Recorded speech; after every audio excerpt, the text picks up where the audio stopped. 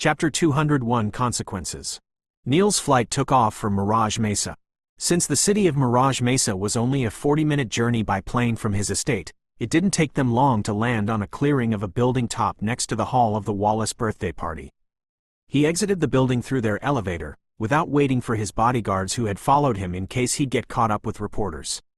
He didn't know how Mia would react to his arrival, but he was ready to make amends for his mistake in any way possible, even if it meant pleading on his knees. His pride meant nothing to him when it came to her. She'd been there for him when he needed someone at the cabin. She'd supported him when the world was against him. And now, when she needed him the most, he'd let her down. That, he thought with self-disgust and hate, was so stupid of him. Not to mention she was pregnant. Oh Lord, he was going to kill anybody who dared touch her or insult her at that damned party. Neil approached the entrance of the hall, with 3 men trailing behind him. The crowd outside had thinned out, but the reporters remained glued to the premises. When they caught sight of him walking towards the red carpet, they were taken aback. He had been absent for so long that they had forgotten his appearance. Dressed in a dark blue suit, he strolled confidently with his hands in his pockets, exuding an air of authority. Despite his cold and intimidating expression, the paparazzi and reporters swarmed around him, eager to interview him and capturing the moment on their cameras and microphones, blocking his path. "Mr. Wayner, can you please share with us where you have been these past few days? Is it true that Miss Harrison was the cause of your absence? Were you heartbroken by her disloyalty and her involvement in?" The man asking the question hesitated as Neil's icy gaze bore into him intensely, cutting him off before he could finish. Noticing the expression in his eyes, none of the others dared to continue with the question. If they recalled correctly, before Neil Wayner was sentenced to prison, they had all heard various rumors about his temper and his aversion towards the press and media personalities. They also remembered how he had taken down a media company that had published false articles about him. Without him even uttering a threat, the reporters instinctively made way for him to pass. Sensing his bad mood, and realizing that Mia Harrison was still in the hall, they assumed that Wayner was there to confront her for breaking his heart. The reporters cursed their luck for not being permitted inside the hall to capture the drama that was about to take place. Neil walked past them and headed towards the closed door of the hall. However, due to the party rules stating that no guests should enter after the specified time on the invitation card, the guards at the door initially did not open it for him until they recognized his face and identity. It was undeniable that everyone knew who the infamous Neil Wayner was post his release, with even commoners chanting his name in praise.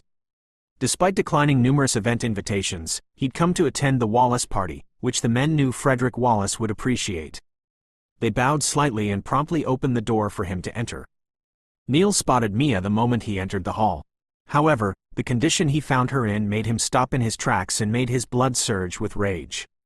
She was sitting on the floor of the hall with her eyes staring blankly into the distance, while every single guest who passed by her was pouring their drinks or food on her head. She didn't even bother to stand up nor defend herself from the insult. Angered and in disbelief, he stood there, watching her. The shattering tenderness and sympathy he felt made his chest ache. Clad in a wet royal green dress, with her hair dripping with drinks, she looked like a fallen angel who'd lost her grace and soul. She looked thinner than the last time he'd seen her at the mountain cabin. Her cheekbones and eyes were more prominent now than before, and Neil swallowed over the knot of guilt in his throat when he realized how much weight she'd lost. Because of him. She'd gone through all this humiliation because of him. She'd been reduced to such a state because of him. And he was going to make sure the people who put her in such a state paid for it. Ignoring the startled glances and exchanged whispers beginning to circulate around the room as people in the hall noted his presence and recognized his face, he started forward. "OMG, he is here. Neil Wayner is here. Thank goodness he is. He'll be happy we disciplined that whore for him.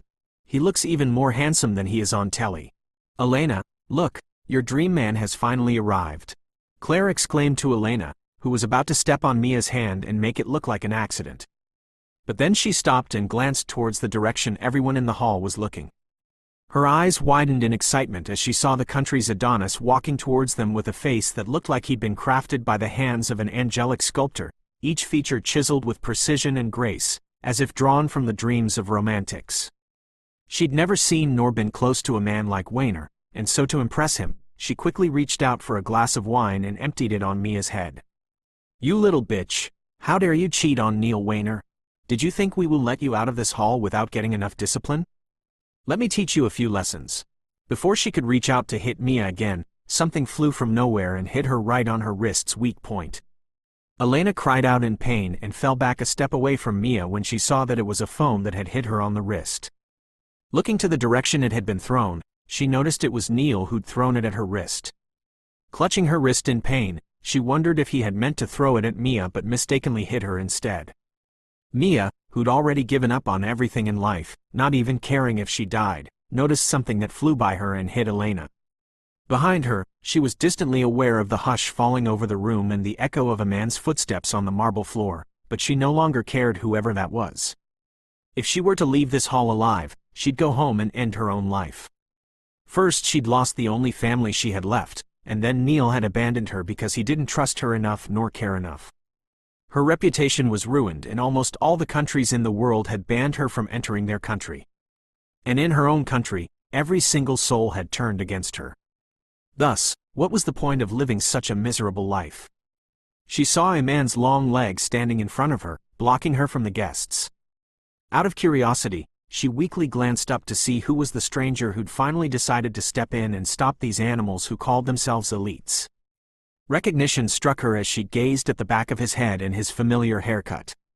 Neil stood before her like a shield, his hands tightly clenched at his sides. He'd finally come here to torture her as well, she thought wildly, and he'd come at last to add to her torment. As she sat there, facing the man she once believed loved her but had left her to suffer alone, tears welled up in her eyes. Despite trying to hold back her emotions, seeing him before her unleashed a flood of tears. In a moment that felt like he heard her silent sobs, Neil turned around and met her tearful gaze. Afraid to make a move, she stared at his strikingly handsome but stern face, the face that haunted her dreams and troubled her waking hours. Seeing her tears, Neil's heart twisted with agony. Without hesitation, he removed his coat, intending to drape it over her shoulders. However, she recoiled in fear as he leaned down, closing her eyes as if expecting a blow from him. Neil's anger surged like a mountain, desiring to burn down the hall and punish those present who'd done this to her. He dropped the coat on her and resolved to address the crowd before explaining and taking her away. Neil's expression turned indifferent as he turned to face the guests who had gathered around them. His eyes scanned the room, taking in the faces of those who had participated in the cruel treatment of Mia. With an air of controlled composure, he spoke calmly, his voice cutting through the tense silence. "Who among you," Neil's voice was measured, "deemed it appropriate to treat Mia in such a manner?" His gaze lingered on each guest, a silent challenge in his eyes that went unnoticed by the guests. Expecting some form of compensation for their actions, the women who had poured drinks on Mia eagerly stepped forward to impress Neil, their faces flushed with anticipation. Among them, Elena, still clutching her wrist in pain, shoved Claire aside and moved forward with an eagerness that bordered on desperation to be noticed by the most handsome man she'd ever seen. Meanwhile, murmurs spread among the other guests, their words dripping with disdain for Mia. "She deserves everything that happened to her," one whispered, while another muttered, "I wouldn't mind if Neil were to hit her himself." As the tension thickened in the room, Owen, who had initiated the drama, stood to the side, his expression calculating, observing the unfolding events with keen interest as he wanted to know what Wayner was up to. He hoped as hell the man wasn't going to side with Mia, because if he did, he'd be forced to get rid of Neil. Neil's gaze flickered to the eager young women before him, his fists clenched at his sides. A consuming urge to mete out justice surged within him, to confront those who had harmed his Mia. Yet, he knew he stood on the precipice of maintaining his own reputation by not hitting women, and by upholding a facade of civility in the face of such cruelty. If it were up to him, he wouldn't care about their gender and punch the living hell out of them. With a calm voice that belied the storm raging within him, Neil addressed the women. "I want to propose a game," he announced, his tone deceptively casual. "Each of you shall choose a partner. I have something in mind that will allow us all to better understand the consequences of our actions." The women exchanged excited glances, oblivious to the underlying tension in Neil's words. To them, he was the epitome of charm and power, a figure to be admired and pursued. And because they all believed he wanted to choose another girlfriend in the form of a game, the guests, including some young women who'd not participated in pouring the drink, joined the game by pairing off. As the guests began to pair off, Neil's eyes narrowed dangerously as he watched them, waiting and eager to make them pay. Chapter 202 Dirty Rapist. As the guests began to pair off, Neil's eyes narrowed dangerously as he watched them, waiting and eager to make them pay. As the guests finished pairing up, they exchanged uncertain glances, their anticipation waning into confusion about what sort of game Neil wanted them to play. Neil's cool demeanor remained unchanged. He observed their uncertainty with a detached air, his eyes betraying none of the turmoil within him. However, among the guests, Jason, who held back his sister with a furrowed brow, sensed the impending storm from Neil's demeanor. He knew Neil Wayner well enough to recognize the icy edge in his voice and the look in his eyes, a sign of the brewing tempest. These guests were totally mistaken if they believed someone like Neil would make them play some stupid fun game. However, Jason dared not say anything, as he wanted to remain as invisible as possible to Wayner after what he'd done to him when he went to pick him up at Novaria prison for his day out.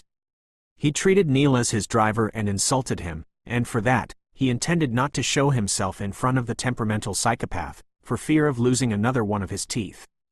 As Neil calmly addressed the women, his words sliced through the tense atmosphere like a blade. "I want each of you to exchange 10 slaps with your partner," he stated with chilling precision. "And if you don't do it right, I'll be forced to demonstrate how it's done." A ripple of fear spread among the women, their expressions turning from anticipation to terror.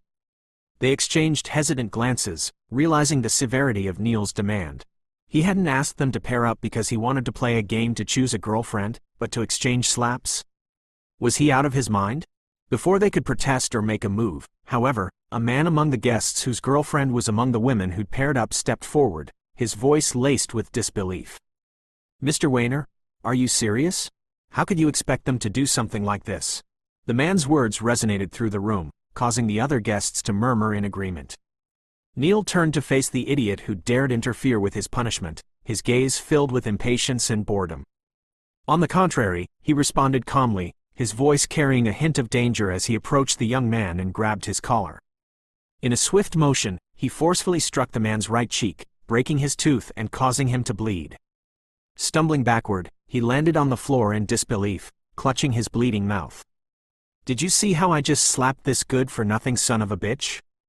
Neil calmly said as he glanced at the women with an expression that made them regret ever coming to the party or even daring to offend him. "I want you to slap each other like that. I believe it's time for everyone here to understand what humanity really is." The men in the room faltered under Neil's steely gaze. None of them could say a thing. Not even Frederick Wallace could speak. Sensing the tension mounting in the room, the man who'd been slapped took a step back, realizing his mistake of thinking he could stand up for his girlfriend. The women anxiously looked at Neil, silently pleading for him to take back his words. Some of them had spent millions on their faces to enhance their beauty, so receiving a slap would not only harm their looks but also their pride. Despite being elites, they feared that Wayner's influence and authority might lead to more severe consequences if they didn't comply with his demands. Elena, who had paired herself with her best friend Claire, was the first to raise her hand and deliver a light slap that barely made a sound to Claire's face. Neil chuckled grimly as he noticed the light, childish slap. He then said to Claire, "If I don't hear the sound of your return slap, I'll ensure you become the next person I'd use for my demonstration. Now, slap her back. Hard." Claire trembled with fear, recalling how Neil had recently knocked out a man's tooth. Overwhelmed by her fear, she raised her hand and delivered a forceful slap to Elena's face, causing her to see stars. Elena gasped and held her cheek, astonished that Claire had the audacity to strike her with such intensity when she'd only hit her a little. "How dare you, you bitch!" Elena exclaimed, retaliating with an even more powerful slap that nearly caused Claire to lose her balance. Subsequently, the women began to exchange blows, screaming and pulling each other's hairs like untamed creatures. What had initially begun with hesitation had escalated into a full-fledged brawl, disrupting the peace of the hall. The older women started to leave the venue with their spouses, while the young men, whose girlfriends and wives were involved in the slapping game, attempted to intervene but ended up fighting amongst themselves because some of the men were holding their women's slapping partners so they could retaliate without being slapped back. Neil watched in satisfaction as everyone began to fight each other while throwing punches and breaking tables. "Losers," he muttered softly, turning back to look behind him where he thought Mia was still sitting, only to realize she was no longer sitting behind him. She'd left, leaving the coat he'd given her behind on the floor. He worriedly looked around the chaotic hall, but then he heard Rain, who was being held by a tall man, yell out to him, "She left. Hurry, she wouldn't have gone far." Neil swiftly spun around to go find Mia, but before he could take a single step, his path was blocked by none other than Owen Sullivan, wearing a smirk. "Long time no see, mister." Without allowing Owen a chance to complete whatever he wanted to say, Neil seized his collar and unleashed a flurry of punches on his face. "You dirty rapist! How dare you touch my woman?" Neil's pent-up rage, stemming from Mia's revelation that Owen had assaulted her and attempted to rape her, erupted uncontrollably. He relentlessly punched Owen's handsome face, refusing to let him recover before kicking him in the gut. When Owen attempted to retaliate, Neil seized his arm and twisted it until it emitted a sickening crack, causing Owen to collapse in agony as his arm twisted in the opposite direction. With a final kick to his stomach, Neil left Owen writhing on the ground and dashed out to find Mia. Outside the hall, chaos reigned as reporters clamored to question departing guests on what was happening inside. Neil slipped through the crowd, scanning for any sign of Mia. Zephyr hurried towards Neil and yelled out over the chaos outside, "Miss Harrison went that way on foot." Neil, despite his earlier vow to dismiss the bodyguards, had no time for such matters now. He nodded in acknowledgement and set off swiftly in the direction indicated. With each step, he distanced himself from the clamor of the crowd. The night air was chilly, and Neil couldn't help but imagine how cold Mia must be in her drenched dress. Motivated by concern, he quickened his pace. As Neil dashed through the night road that led to the isolated part of the city, his heart raced with every stride he took, and his fear increased as he couldn't find Mia. It wasn't until he sprinted into the forested part of the street that he noticed there was a cliff looming ahead. There, perched on the edge of the cliff, was a solitary figure, her silhouette stark against the backdrop of twinkling city lights. Even from the distance, Neil knew it was Mia, and his heart clenched with dread at the thought that she might fall off that cliff. His steps faltered as he approached her. Why was she standing so perilously close to the edge? The thought of her jumping off filled him with a primal fear, urging him to approach her with caution. He knew she'd been through a lot, but he also knew Mia would never resort to such an act of jumping off a cliff. He recalled her words in the past when she'd told him she liked standing on higher grounds to relieve stress, and he silently wished that was the case now and not the other way around. However, with the humiliation and injustice done to her, her mental health must have taken a huge blow and made her think unlike herself. "Mia?" His voice trembled with concern as he called out to her, but even if she heard him, she remained unmoved, her gaze fixed on the distant horizon. The wind whistled around them, tousling her dress and threatening to push her closer to the edge. Neil's heart pounded with each gust, fearing that it might snatch her away from him. Above them, the moon hung like a silent observer, casting its ethereal glow upon the scene below. Its luminous rays illuminated Mia's tear-streaked face, her eyes clouded with a mixture of sorrow and despair that Neil couldn't see.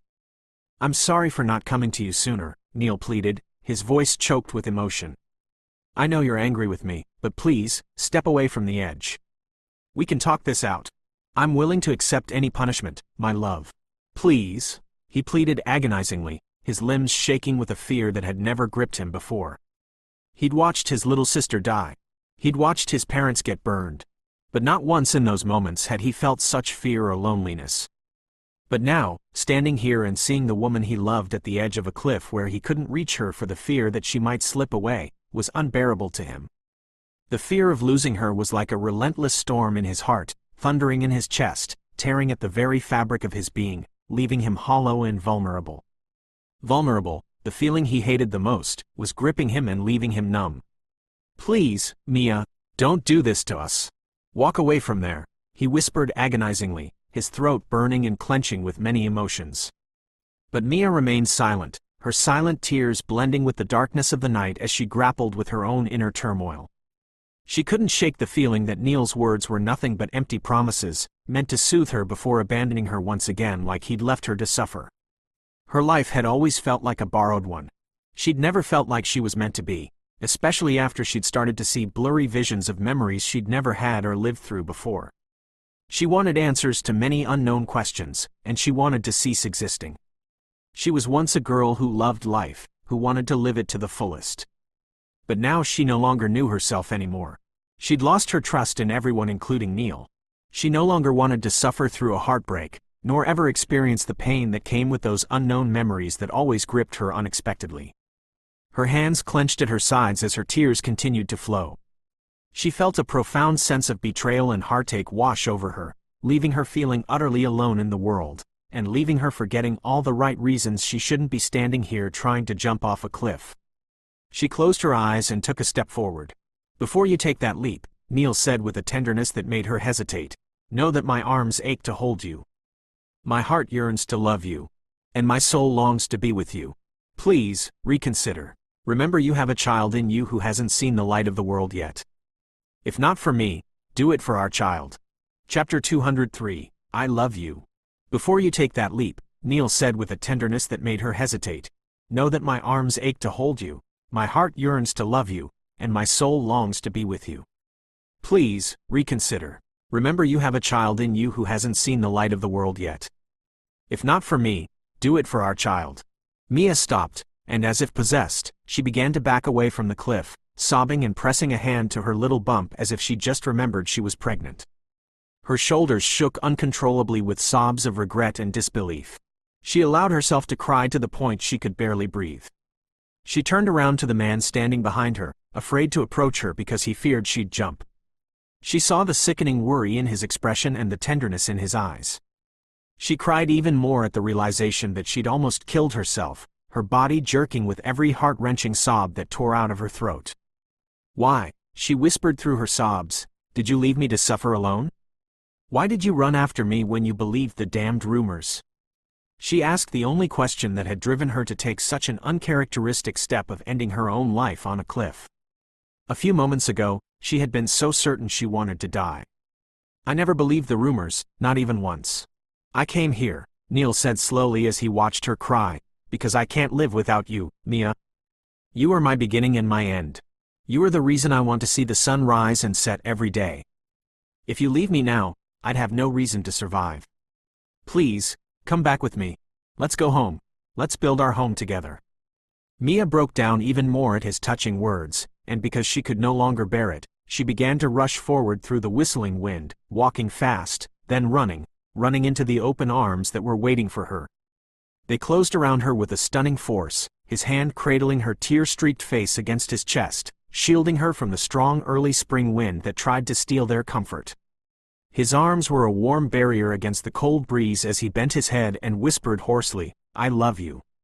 I love you so much." Her shoulders shaking with sobs, she slid her hands around his neck, her face buried against his chest, holding him fiercely to her like she wanted to be one with him. He hugged her back as tightly as he could. His hug was from relief and love for the only woman who'd ever made him experience all sorts of emotions in one night that left him shaken with relief. He loved her so much he wanted to burn down the whole world for what they'd put her through. He slightly pushed away from the hug, kissing off her tears and covering her face with light, feathery kisses. "Don't cry, please don't," he whispered hoarsely as he covered her mouth with his. He felt her lips tremble against his and he kissed her slowly and gently. When she returned his kiss with a desperate one that was driven from her longing for him, he deepened it, his arms tightening around her waist. He kissed her like he was a man dying of thirst and she was his water, his salvation. Desire surged through him, heating his blood, sending it singing through his veins, forcing his hands to slip behind her head to tilt her head to fit perfectly with his hungry mouth. While his mouth moved on hers with inflaming expertise, she dizzily slid her hands up his chest, trying to cling for support. She moaned softly into his mouth. She'd missed him so much she didn't want to end the kiss despite the dizziness that suddenly washed over her. Her head was throbbing, but when he was about to pull away from the kiss, she desperately clutched to his neck and moaned in protest. The sound of her moan triggered an instant reaction from Neil. His arms tightened around her and he deepened the kiss 10 times more, his lips moving on hers with hungry ardor, insistently shaping and fitting her lips to his own. Lost in a haze of yearnings, Mia leaned up on her toes, responding to the forceful pressure of his arms. He groaned as she molded her body against his, and his parted lips crushed hers, sliding insistently back and forth, urging hers to part. The moment they did, his tongue slid between them, plunging into the soft recesses of her welcoming mouth. After a few moments, Neil reluctantly tore his mouth from hers as he felt himself losing control, and also felt the wetness of her dress and how she slightly shivered when the wind blew towards them.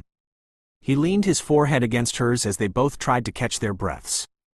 Without a word he moved back and draped his coat, which she'd left behind in the hall, on her body and then said, "Let's go." Mia was past all rational thought for the moment, before she blinked and hoarsely asked, "Where?" "Home," Neil said. "Where is home?" she asked softly as her throat burned with emotions. He looked down at her face and felt speechless, helpless, and desperate to be alone with her in a room. Her eyes told him she felt the same. He then whispered, "My house. We will make it into a home." He'd also never had a home for the past 20 years after the death of his parents. He'd had to move from one city to the other for his mission and had to change his house like he was changing clothes, but not anymore. He'd make a home with this incredibly beautiful woman in his arms and allow himself to bask in the sea of her warmth and love. When he saw a tear slide down her cheeks, he felt an unbearable knot in his heart. The image of her sitting on the floor of the hall flashed through his mind and made him close his eyes to control his rage, and when he opened his eyes, he vowed to her, "I will make sure I make all those who have wronged you pay double the price of their actions. They will regret every single moment they'd hurt you." Mia felt her heart swell with warmth. She smiled faintly as she'd never felt this protected in the presence of anyone in the past years but Neil. Even though she had a lot of questions to ask him, she felt her legs threaten to give away beneath her, but he caught her before she could fall and pulled her into his arms. "Damn it, you're burning up," he exclaimed in alarm when he felt her burning skin against his. He quickly bent down and gathered her into his arms, but she looked up at him with a weak smile that told him she wasn't feeling all right. "I'm okay, just feeling a bit drowsy and exhausted," she murmured softly, her voice weak like her reassuring smile. Neil muttered a curse under his breath as he quickly retraced his steps back the way he had come. He had not arrived at the banquet hall in a car but by plane. However, with Zephyr present at the banquet hall, he was confident that the bodyguards had their cars. Hastily, he made his way back through the chilly early spring wind that still held the remnants of winter. He didn't have to go far before he spotted flashing headlights in the distance. Squinting his eyes, he realized it was the car Zephyr had used to monitor Mia's movements. Looking down at Mia, he saw her flushed face and labored breathing, her eyes shut tightly as she held onto him, her skin radiating heat even through his thick coat. Anger boiled within him. The more Mia suffered, the more he vowed to make those responsible for it pay, especially Owen Sullivan and that girl Elena Fanning. "Open the door, Zephyr," Neil commanded as the car pulled up in front of them. Without hesitation, Zephyr complied, silently hoping that his boss wouldn't dismiss him and his team for failing to protect Mia during the incident at the hall. However, Neil's sole focus was on Mia at that moment, disregarding the incompetence of his bodyguards. "Mia, stay with me. Don't drift off," he whispered anxiously as her arms began to go limp around his neck. Placing her on his lap, he ordered Zephyr, "Head to the city hospital. Break the speed limit if you have to. I want you to drive as if your life depends on it. If anything happens to Mia before we get there, you can kiss your job goodbye." Zephyr stiffened for a moment before he stepped on it. He drove like the hounds of hell were chasing him. Chapter 204 At the hospital. It was a gloomy evening in Mirage Mesa, the clouds looming overhead, threatening to release their tears at any moment. A light rain shower tapped against the roofs of the houses, while inside the Rodrigo estate, a young girl sat in the living room in front of a large, muted television playing cartoons. She cradled a guitar in her small hands, attempting to memorize a song she had heard her sister sing, who had learned it from her best friend living 3 estates away. "I'll call out your name when I miss you," she sang before pausing, her face falling into a disappointed pout.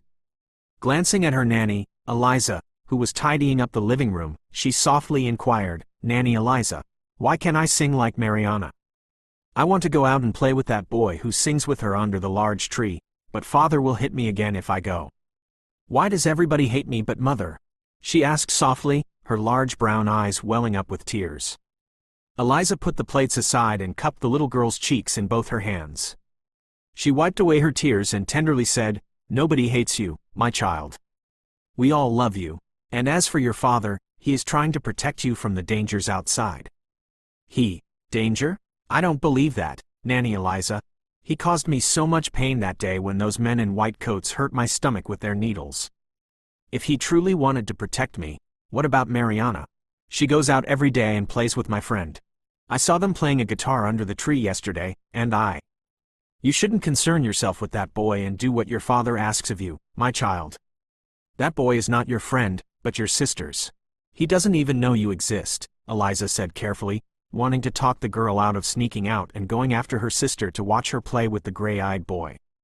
Kelvin had already warned her, if she were caught going out one more time, he wouldn't hesitate to get rid of her. Since Mariana was the only child known officially as his, the other twin sister was not meant to be seen together with Mariana by strangers. The little girl pouted as her tears began to roll down her plump cheeks. I met him first. I promised to get him another puppy. He is my friend, not Mariana's. I want to play with him too. You can't, my dear.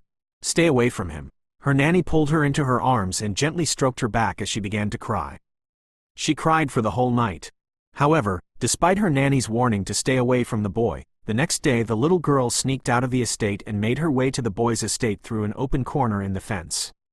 She crawled on her hands and knees and hid behind an apple tree in the garden to watch him play with Mariana on a white swing. Mariana was giggling and happily singing with him. The little girl's eyes welled with tears and her tiny hands clenched at her sides as she saw how happy they looked. She began to softly sing along with the boy as he taught her sister how to sing the song, and at that moment where even Mariana could not memorize all the lyrics, the little girl did. Every day, she ensured to come and observe them play in the garden. Then one day, when Mariana was absent because she had gone shopping with their father, the little girl snuck out again. This time, she didn't sneak out to visit the boy's house but to the neighboring estate nearby. She had always kept watch on that house ever since the dog there had delivered 4 adorable puppies. Now that the puppies were active, she peered through the holes in the fence where they played in the garden. The little girl had been brought up devoid of emotions, but she had recently grown fond of the boy with gray eyes. Therefore, she had no fear for anything except for her father. She created a hole in the connecting fence between their house and the neighbors, big enough for her to pass through, and crawled into it. After wiping her muddy hands on her pink dress, she approached the puppies. She had promised the gray-eyed boy a puppy after his own had passed away, and today she would fulfill that promise. Chasing after one of the puppies, she caught it, but upon turning around to leave, she froze in place. The mother of the puppies stood 5 feet away from her. She wouldn't have been scared if she hadn't heard and seen the sharp teeth as the dog growled menacingly at her. Taking a step back while holding the whimpering puppy to her chest, she watched as the large dog advanced towards her. Don't come any closer. I just want to take one of your babies. You have enough babies, my friend will take good care of this one, she said to the dog as if it could understand her. However, the dog only growled louder, causing her young heart to pound against her ribs. Instead of dropping the puppy, she chose to run, but before she could move, the dog barked and leapt towards her. She closed her eyes and let out a piercing scream. No! Mia let out a soft exclamation as her eyes fluttered open, her heart thumping loudly in her chest as if it might burst out. Struggling to focus in her groggy state, her surroundings appeared blurry, leaving her feeling half asleep and half awake. Through the haze, she spotted a figure looming over her, unable to discern the person's features, but she knew the person was a woman by her long hair. Motionless, the woman gazed down at her, prompting Mia's desire to fully open her eyes and identify her, yet she was held back by a fog of weariness, and soon she was pulled back into unconsciousness. When she woke up again, she sensed a comforting touch running through her hair, causing her to furrow her brow as she slowly lifted her heavy eyelids. Initially met with a white environment and the distinct scent of a hospital, despite the room's luxurious furnishings that initially confused her, Mia recognized from the odor that she was in a medical facility, likely a VVIP room. Attempting to shift her hand, a deep voice beside her cautioned, "Be careful, you might dislodge the IV drip in your hand." Recognizing the voice, she slowly turned to her right side and saw Neil seating on a sofa beside her bed with one of his hands clasping hers and the other stroking her hair soothingly. Her heart skipped 1,000 beats as she met his weary gray eyes that were filled with warmth and tenderness for her. She didn't know how she ended up in a hospital, but waking up to him was the most wonderful thing that had ever happened to her in the past month. He looked like he hadn't slept in ages from the heavy bags under his eyes and the dullness of his face, yet he smiled in relief when she glanced at him, and his smile did crazy things to her heartbeat. She wanted to lift her hand and lay it against his hard jaw and trace the lines of those sensual lips. His shirt collar was opened at the throat, and she wanted to touch and trace her fingers over the familiar outlines of his tattoo. She wanted to nestle his head against her chest and coax him to sleep, but she couldn't do any of that from how weak she felt. She turned her hand and clasped his hand instead to make certain she wasn't dreaming and that he was really here with her. "Neil," she whispered his name despite the dryness in her throat, and when he hummed in response she smiled in relief.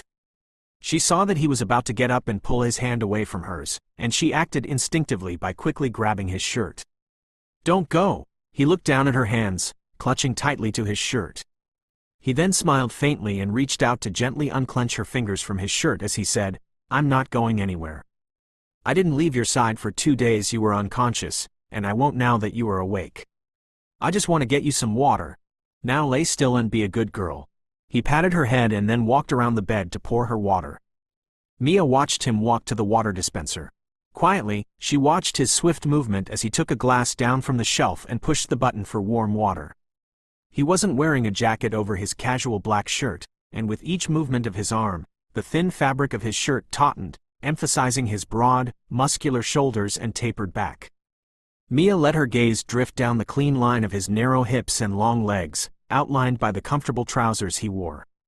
He looked so perfect she couldn't believe he was finally here with her, and as she watched him, memories of that night's incident at the banquet, her trying to jump off a cliff and then Neil arriving to stop her, flashed through her head, making her feel a sense of shame and guilt wash over her. She'd been unconscious for 2 days, Mia realized with a sickening feeling in her heart as she recalled her drastic decision to end her life because of how miserable she'd felt. Slipping his hand under her head, Neil helped her up and gently placed the glass of water against her lips. Mia didn't realize how thirsty she was until the water touched her mouth. She emptied the entire glass and still requested more. After she'd quenched her thirst, Neil returned the glass and came back to her bedside. Before he even sat down, she'd reached out and pulled back his hand and placed it on her stomach where it had been when she woke up. Neil didn't mind for 1 second that she was acting clingy and gladly clasped her hands into his after he pressed a button on the wall to summon a doctor to come and check on her. For the 2 days she'd been unconscious, he'd not gone home to even change. He'd been sleeping in the bed he'd ordered to be placed next to hers, and he'd only left her side to either shower or to answer a few important calls outside so as not to disturb her. He'd been so worried at first when she didn't wake up the first day, but the doctor had told him to relax, and that her body was finally getting the rest she'd lacked for the past days. "How are you feeling now?" he asked after a few moments of silence while lazily using his thumb to caress her hand that clasped his. "I feel okay," she whispered softly, looking into the depth of his gray eyes that bored into hers. She'd lost so much weight Neil couldn't help but want to take her home and nurse her back to health. Her hand felt so fragile in his, he felt like she'd break if he were to add even little pressure. Chapter 205 I've missed you. "I feel okay," she whispered softly, looking into the depth of his gray eyes that bored into hers. She'd lost so much weight, Neil couldn't help but want to take her home and nurse her back to health. Her hand felt and looked so fragile in his, he felt like she'd break if he were to add even a little pressure. The more he looked at her, the more guilty he felt for being the cause of her condition and putting her at risk. "Neil, is our child all right?" she asked when she saw the guilt in his eyes and felt his hand flatten on her lower abdomen. She placed her hand against his and waited for his answer, and when she saw him nod his head, a cry of relief escaped her lips. However, it was short-lived when the doctor he'd summoned walked in at that moment before he could say more to her. "Miss Harrison, I'm glad to see you awake," said the young female doctor who'd walked in with 2 nurses following behind her.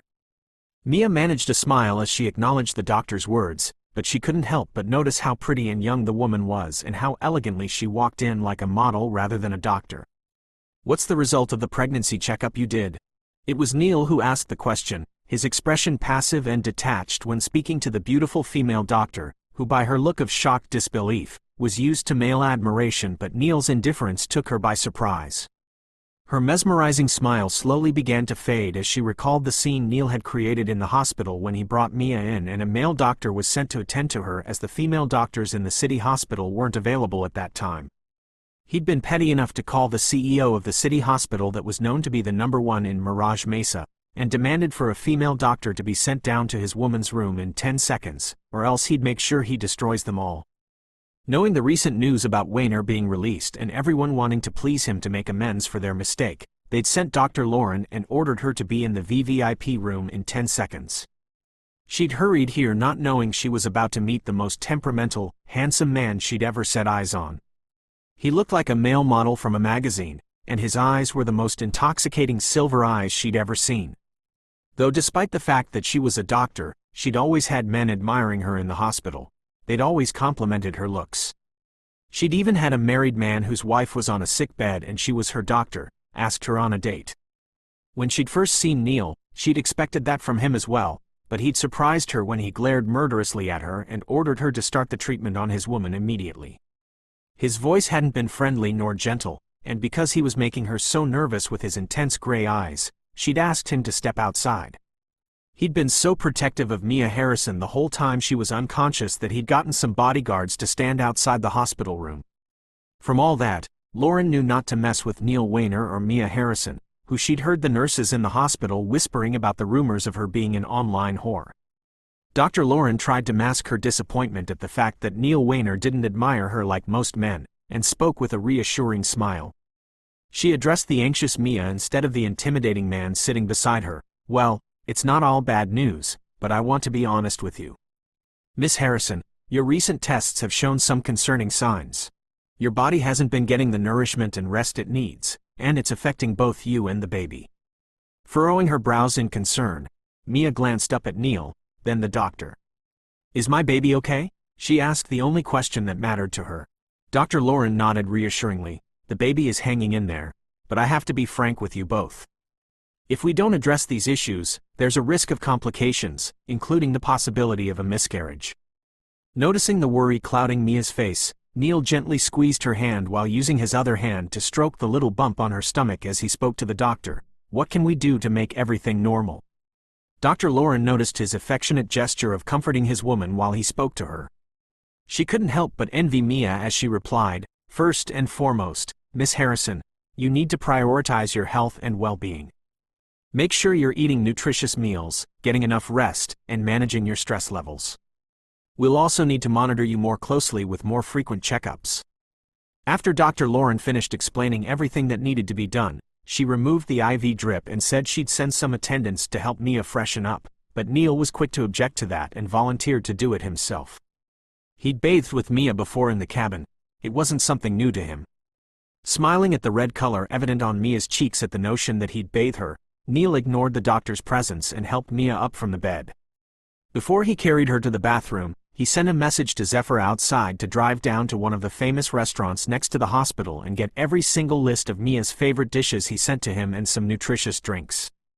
Zephyr, who received the message outside the VVIP room, couldn't help but sigh heavily. He knew Neil was still mad at him after he'd failed to report to him about the incident of Mia being treated badly, but how was that his fault when he'd thought Miss Harrison had meant for him not to ever report anything to their boss after that day in the mall? And now he was paying the price by doing things beyond his work. He disliked being around people, and his boss knew that, but then he'd sent him to a restaurant where he'd have to communicate with strangers instead of ordering the food. He glanced down at the endless list sent to him and sighed once again. As Zephyr left to get the food, Neil on the other hand was trying his damned best to focus only on bathing Mia rather than allow his lust to lead him into seducing her. He'd longed to be in bed with her and make love to her all night until they both couldn't walk out of bed the next morning, but then she was not in a condition for that yet. They hadn't gotten to sit and talk, nor had he made his explanation to her yet, and the fact that she'd not questioned him about anything made him want to get over with it. He helped her out of her hospital gown and pulled her hair up, away from her breasts, leaving them exposed to his eyes. Fighting back the strong urge to run his hands around their familiar shape, he swallowed audibly and moved his gaze away from them, and instead began to gently wash her back, massaging her shoulders and back to release any tension from her muscles. A moan of pleasure escaped Mia's lips as his hands skillfully and tenderly massaged the side of her breasts, making her nipples harden and beg to be touched by him. She flushed to the root when her eyes met his silver ones through the mirror in front of the bathtub. Heat surged through her veins, sending her lower region throbbing with unattended desires. She'd missed him so much. She'd missed the feeling of him inside her to the extent his touches were reminding her of what his sinful hands could do to her. She didn't have to be told to know that he was feeling the same way but was holding back because she'd just recovered from a 2-day coma and hadn't had anything to eat yet. She suddenly regretted agreeing to allow him to assist her bath. They were torturing each other in the bathroom. After what felt like an eternity, he finally completed helping her with the bath and dried her hair with the provided hairdryer in the VVIP room. Assisting her into another freshly laundered hospital gown from the closet, he then carried her back to the bed where numerous bags of takeout food awaited her. Mia was taken aback when she noticed that most of the food were her favorites. "How did you know what I like?" she inquired as he laid out the food on the bed table in front of her. "Because you had mentioned it to me when we were in the mountains," he chuckled deeply, settling down on her bedside and preparing to feed her. Yet she blushed in embarrassment and attempted to take the spoon from his hand, saying, "I can feed myself." "I am aware you can," he replied, his voice resonant and smooth, "but I am adamant about doing it." Mia didn't argue and obediently allowed him to feed her. She didn't realize how hungry she was until she began to wolf down everything he offered. She ate so much that there was no room left in her stomach. When she told him she'd had enough, he nodded and suddenly leaned towards her, causing her to instinctively move back. He slipped his hand behind her head and used his mouth to lick off the custard sticking to the corner of her mouth, which she hadn't noticed. He licked it off and then kissed her in the process, pulling back with a smirk on his face when she glared at him. "Pervert." She smacked his chest, but that only made him burst out laughing. She found herself smiling as well, noticing that when he laughed, his eyes crinkled at the corners. In contrast to the warm, slightly golden tan of his face, his eyes were a light metallic silver that always pulled her in. Beneath his straight dark brows and thick, spiky lashes, they glinted with humor and keen intelligence, while his firm lips promised an exciting, aggressive male sensuality that would thrill any woman. Mia felt the same delicious stirring of her senses that she always experienced in his presence and cautiously lowered her gaze to the rest of her untouched meals. Realizing that he'd been staying with her for 2 days straight, she somehow figured he must have neglected his daily meals like he always did in the past. When he was about to rise from the bed, she quickly pulled back his hand and made him sit back down. "Now that I'm full, it's your turn to eat," she said, opening the plate and picking up the spoon. She didn't allow him to try to protest, which he didn't seem about to do, and began to feed him like he'd done to her. He obediently ate everything she gave him while staring at her as he chewed. The sight of his tongue peeking out of his mouth whenever he licked his lips did crazy things to Mia's body, and she tried to ignore his gaze on her the whole time while feeding him. After she'd finished feeding him, Mia couldn't control her exhaustion and ended up falling asleep when Neil was busy packing off her plates from the bed. The urge to use the restroom woke her up from her nap an hour later. She walked to the bathroom without assistance as her legs felt steadier, and when she walked out, Neil was sitting on the sofa that was overlooking the glass walls of the room. He reached out for her hand, and she came wordlessly into his arms, kissing him with a silent desperation that matched his own, holding him to her, crushing her soft mouth to his, her hands rushing over him. Neil clutched her tighter to him on the sofa, his lips ravaging hers, his hands hungrily memorizing her beloved form. The loud ringing of his phone in his pocket made them both jump, and he reached for it and turned it off without caring who was calling. He smiled to himself at the way Mia self-consciously lowered her eyes when he slowly began to unbutton his shirt. What if the call is an important one?" she asked, to distract herself with something rather than watch him remove his shirt. "There's nothing in this world that's as important as you, my love," he whispered softly, watching a gorgeous blush climb her cheeks as she caught his unmistakable meaning. Mia nervously rubbed her palms against her thighs. Dozens of questions raced through her mind as she sat here on his lap looking at him. Doubt and uncertainty and hopes that nothing was ever going to separate them again. But over it all was a feeling of joyous unreality that he was actually sitting here with her, his silver eyes gentle, amused, sexy. "I still can't believe you are a free man now and that you're here with me. A few weeks ago, everything seemed so empty," he provided in a deep, compelling voice she'd longed to hear again. "And meaningless?" he added, using his finger to trace lazy lines around her chest. She nodded, and hopeless. "Neil, why didn't you contact me when you were released? I was sick with worry and miserable. Her voice broke as he pulled her into his arms and she touched his face, her fingers trembling. "Oh, God, I've missed you so much." Neil answered her with his mouth.